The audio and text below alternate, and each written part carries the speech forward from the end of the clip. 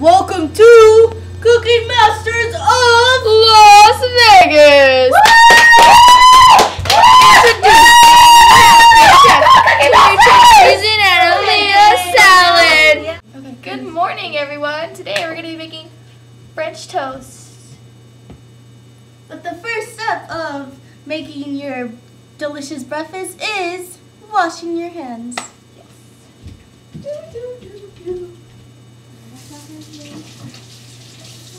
Yeah, so washing your hands is a very great Soap and do it vigorously for about 1 minute.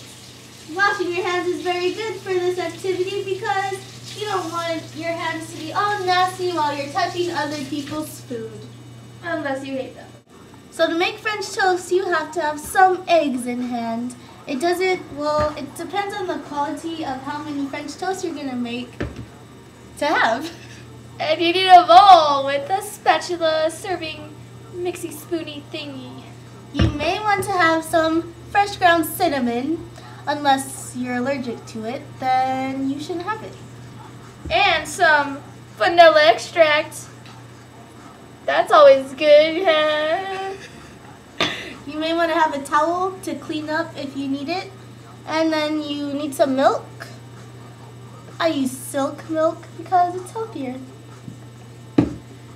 First, if you have 2 people, we're going to use like 3 eggs or so. And then you lightly tap it on the counter or wherever you are, and then you break the egg and try not to get in the shell.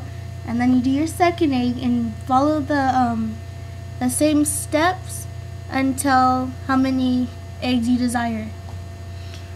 Yeah, and make sure after you crack the eggs, you throw away the shell and then you go wash your hands so you don't get salmonella poisoning, because that'd be bad. And that's what it looks like. Well, there's 3 eggs in there. They're all yolky and with that weird crap on them. Okay, and then you take your milk, Silk milk preferably. and then you pour it into you mix it in with your eggs. You pour about maybe a cup or 2, depending on how many eggs you have. We just like eyeball it because we're cooking masters. Yeah. And then, yeah, you're pouring it in.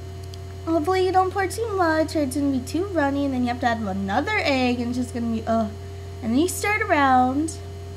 Make sure it's all mixed in. And then you add some vanilla extract. So it just adds flavor, not too much because that'd be really bad.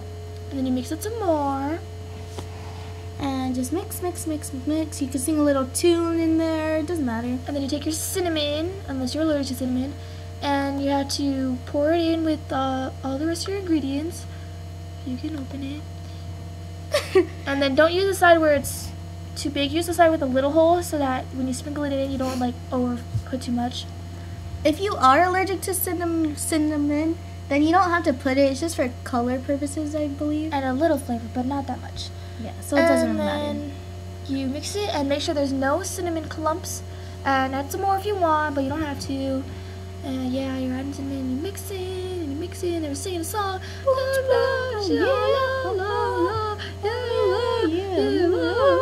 But hopefully your acoustics sound way better than that. And then you take your batter, which should look like this or something around there, stir it around a little bit so that there's not so many cinnamon clumps. And then you take your bread, and we have wheat bread because it's more healthy and stuff. And make sure your oven or stove is on with the little skillet. We put it on very low just to start off. And don't touch it because it's hot.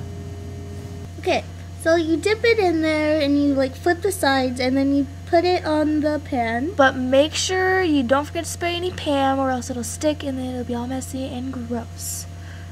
So spray your Pam. Just spray it all over.